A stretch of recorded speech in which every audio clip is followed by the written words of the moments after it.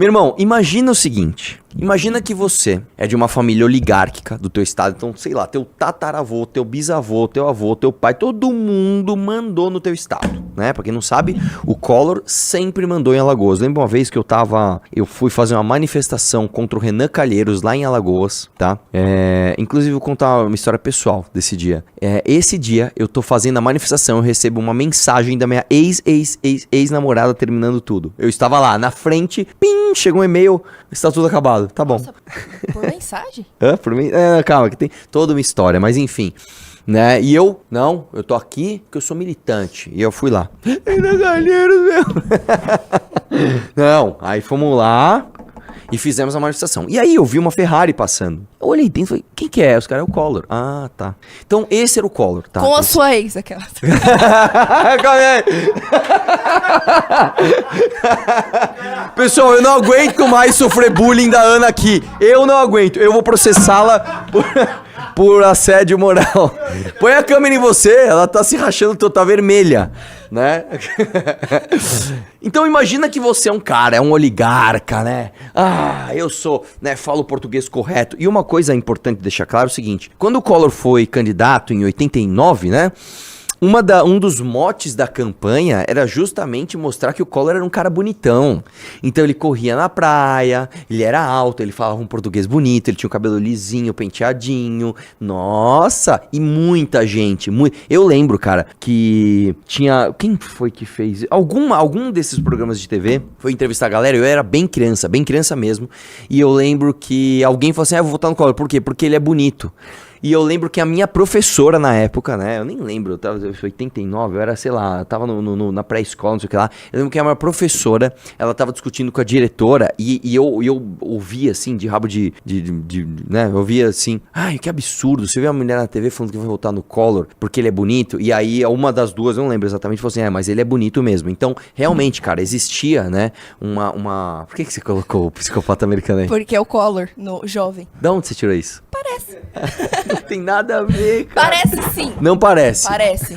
Pessoal, não parece o Collor jovem. Nossa, agora os gatos da Ana parecem muito, meu. É igualzinho, cara. Nossa, tá igual, velho. Você só tá falando isso porque você queria ter pensado nessa comparação e não pensou.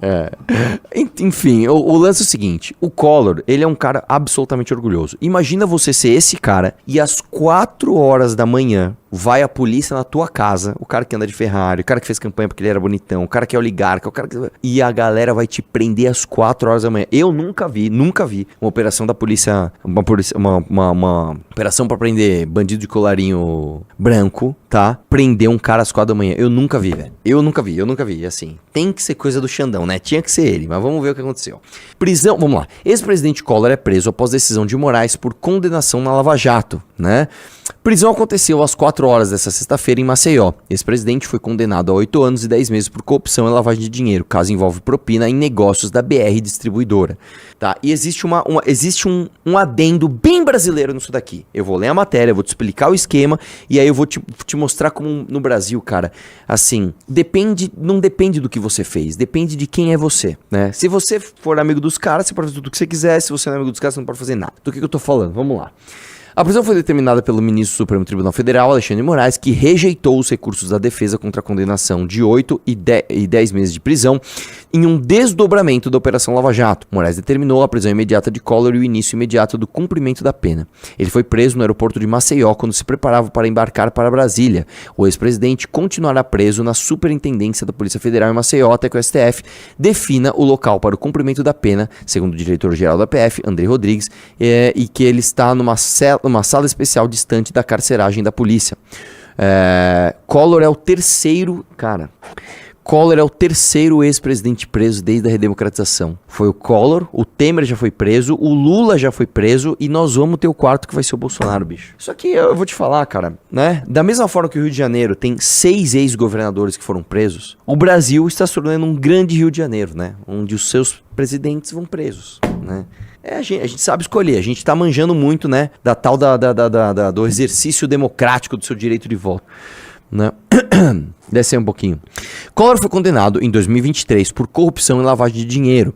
Ele é acusado de receber 20 milhões em propinas por negócios da BR Distribuidora, subsidiária da Petrobras entre 2010 e 2014, né? Olha a cara dele. Tem procedimento ou não, hein? Tem procedimento ou não? Cara, o rosto dele tá tão puxado, mas tão puxado. Eu nem vou falar o que ele tá parecendo, mas vocês entenderam, né? Olha isso, velho. Olha isso. O cara tá parecendo um asiático, velho. Meu Deus do céu, cara. Meu Deus do céu. Desce aí. Na decisão dessa quinta-feira, Moraes afirmou que os recursos apresentados Collor têm caráter meramente protelatório. A pedido de Moraes, tal. Vamos lá. Condenação na Lava Jato. Além de Collor, os empresários Luiz Pereira Duarte Amorim e Pedro Paulo Bergamaschi, é assim que fala, Mac, né? De Leone Ramos foram condenados pelo recebimento de dinheiro. A propina seria para viabilizar irregularmente contratos da BR Distribuidora com a UTC Engenharia para a construção de bases de distribuição de combustíveis. Collor foi denunciado pela Procuradoria-Geral da República, o STF, em agosto de 2015 por corrupção passiva, lavagem de dinheiro, organização criminosa, peculato e obstrução da justiça, né? Pouca coisa, né? Ao torná-lo réu em 2017, no entanto, o STF descartou as acusações de peculato e obstrução de justiça. Eu já leio a parte jurídica, mas deixa eu te explicar como é que funciona. Aqui no Brasil, a gente tem um setor que é considerado estratégico, que é o setor petrolífico, né? Não, petroleiro não. Se você vai trabalhar com petróleo, é um setor estratégico do Brasil, então ele tem que estar nas mãos do Estado.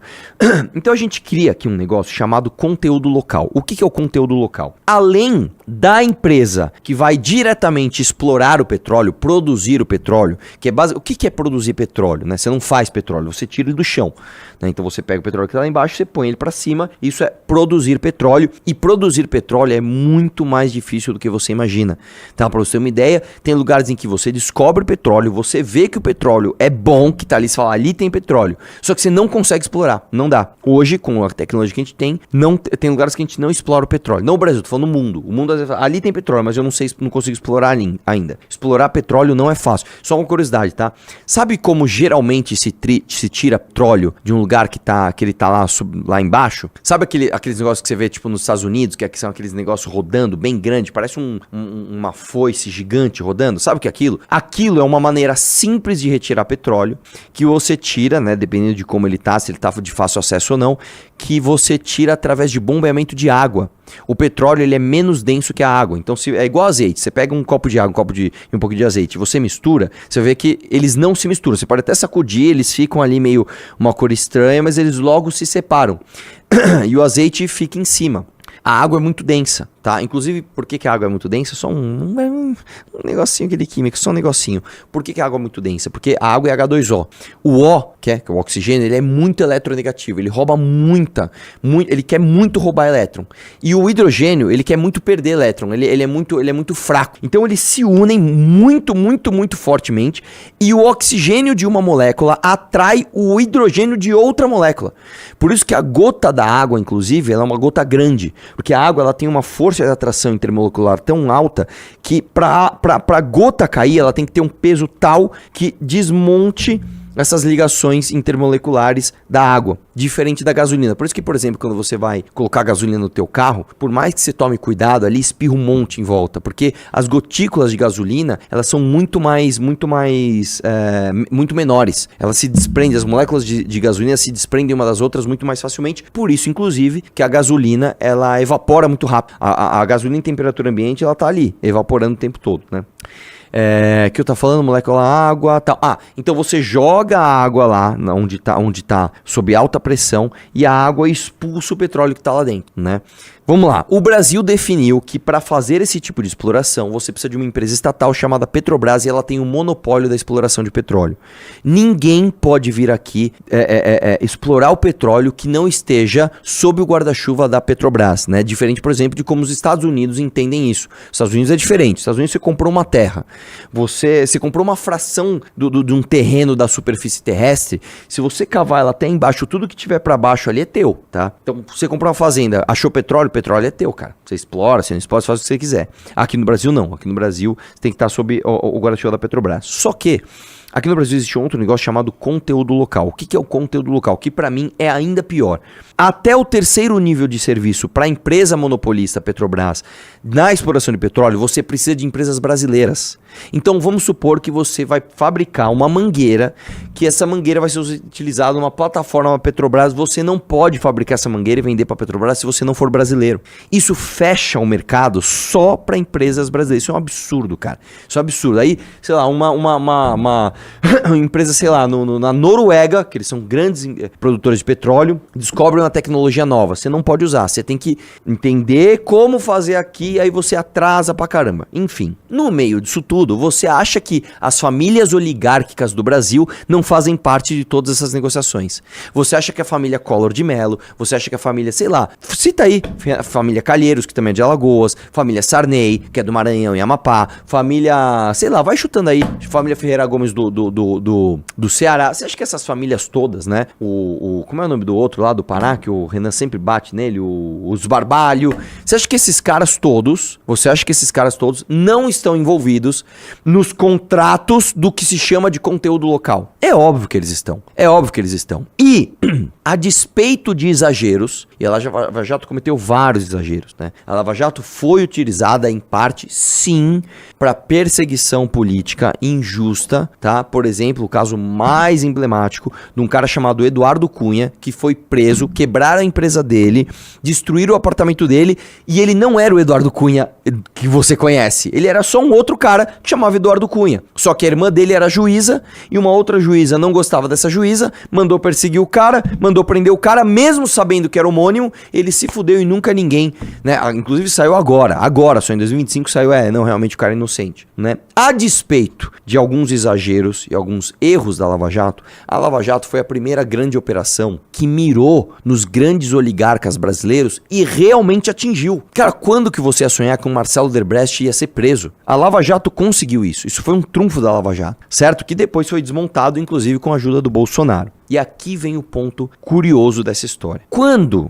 a Lava Jato foi deflagrada, etc, os caras fizeram de tudo, né, para proteger a galera do colarinho branco, que é amigo de geral. Uma das desculpas foi, olha, os lugares onde a Lava Jato está pegando autorização para operações, etc, está errado. Então, se tem um Luiz da Lava Jato, por exemplo, o Moro, lá em Curitiba, despachando para fazer uma operação da Polícia Federal, tem que anular todas essas provas, porque o juiz que deu a autorização não é da vara correta que deveria estar. A vara deveria ser Brasília, por exemplo. Então eles foram anulando um monte de gente. Cara, em Marcelo Odebrecht teve anulação, teve perdão de multa, a empresa se salvou, o Lula saiu da cadeia, o Lula virou presidente. Cara, tantas e tantas pessoas. Aí no caso do Collor, não, pode manter tudo. Eu dou risada, eu quero que o Collor se exploda, mas isso mostra muito bem como o Brasil é muito seletivo naquilo que a gente vai decidir que, você vai ser preso, você não vai, isso aqui é crime, isso aqui não é. Se a gente fosse analisar ao pé da jurisprudência criada, né, pelo desmantelamento da Lava Jato, o Collor não deveria ser preso, cara. O Collor não deveria ser preso. Eu acho que ele deveria ser preso? Eu acho que sim. Eu acho que o Collor eu acho que ele tinha que ter prisão perpétua, eu acho que ele tinha que apodrecer na cadeia, tá? Agora é o seguinte, velho. A real é que isso é uma anomalia jurídica no Brasil, tá? Vamos lá. Ao torná-lo réu em 2017, no entanto, o STF descartou as acusações de peculato e obstrução de justiça. E, ao condenar em 2023, condenou que o crime de organização criminosa já tinha prescrevido. Ou seja, não cabia mais punição. Isso é outra coisa, né, cara? Isso é outra coisa. O cara, ele é acusado de um crime, falam, realmente ele cometeu esse crime. Mas faz tanto tempo, a gente demorou tanto pra julgar que já prescreveu. Isso é outro absurdo. Né? Aqui no Brasil as coisas demoram tanto que você comete o crime, até julgar, meu amigo, já foi. Vamos lá. Para os ministros do STF, a propina devidamente comprovada foi de 20 milhões, valor menor que os 29 milhões apontados pelo PGR na denúncia. O caso foi julgado no STF porque, na época da denúncia, o político era senador pelo PTB de Alagoas. Aí relembra a trajetória dele. Vamos lembrar do Collor. Ele nasceu no Rio de Janeiro em 49, ficou conhecido como caçador de... Isso é maravilhoso, eu tinha esquecido disso. O Collor, ele era o caçador dos marajás. Alguém era projeção nacional numa campanha contra salários desproporcionais dos funcionários públicos. É demais, cara. Aí ele virou presidente em 89, o governo foi marcado pelo Plano Collor, que teve como uma de suas principais medidas o confisco da maior parte do dinheiro. Que, aliás, só uma coisa. Curiosamente, né? Você viu que até sem querer a gente prevê as coisas. Ontem a gente reagiu a um vídeo do quê? Você lembra, Ana? Um vídeo do Cacete e Planeta, hein? Falando das manifestações contra o Collor. Você viu que coisa? Casos de corrupção também marcaram o governo. Denúncias feitas pelo irmão do presidente Pedro envolveram o tesoureiro de Collor, PC Farias, que isso é outra história muito mal contada. O irmão do... Olha só, essa família é muito unida. O irmão do Collor, que falava que ele era gay, ou que o irmão era gay, tinha uma história assim, um ficava espalhando que o outro era gay, brigou com ele, falou, então eu vou te denunciar. O próprio irmão disse que o irmão era corrupto. Irmão do céu. E assim, pra você que é fã dessas demonstrações públicas de virtude, você acha que o cara fez isso por quê? Porque ele é muito honesto? Não, meu irmão roubou, isso eu não aceito, vou denunciá-lo. Não foi por isso, cara. Com certeza foi briga de ego. Com certeza foi briga familiar, de dinheiro, alguma coisa assim, né? Envolveram o tesouro de Collor, PC Farias, que também é uma história muito mal contada. O cara foi assassinado dentro da própria casa. Uma história muito mal contada. Collor encarou uma CPI, um processo de impeachment, tá? E aí ele renunciou. O presidente só voltou à cena política nos anos 2000. Primeiro, numa derrota na eleição para governador de Alagoas em 2002. Depois, como senador eleito também por Alagoas em 2006. Collor foi senador por mais 2 mandatos, ou seja, 16 anos. Então, o povo de Alagoas... E aí, vamos lá, gente, vamos lá. A gente quer xingar o Collor, esse vagabundo, não sei o que lá. Eu sei que é foda falar isso, mas tem como xingar o Collor sem xingar o povo que votou nele? Fala pra mim. Você achou... em 2006, que o Collor ia fazer um bom trabalho. Não. Ele era aquele cara que sofreu impeachment, fez o plano Collor, foi denunciado por corrupção, etc. Mas eu acho que agora ele merece uma chance. Aí foi lá e votou no cara. Aí ele virou senador, ele fez o que? Nada. Aí depois você falou, não, 8 anos depois, vamos votar nele pra senador de novo? Vamos votar nele pra senador de novo. Depois de novo. E aí ele já tava com o mito aqui, ó. Já tava aqui, ó. Bolsonaro! É foda, cara. É foda.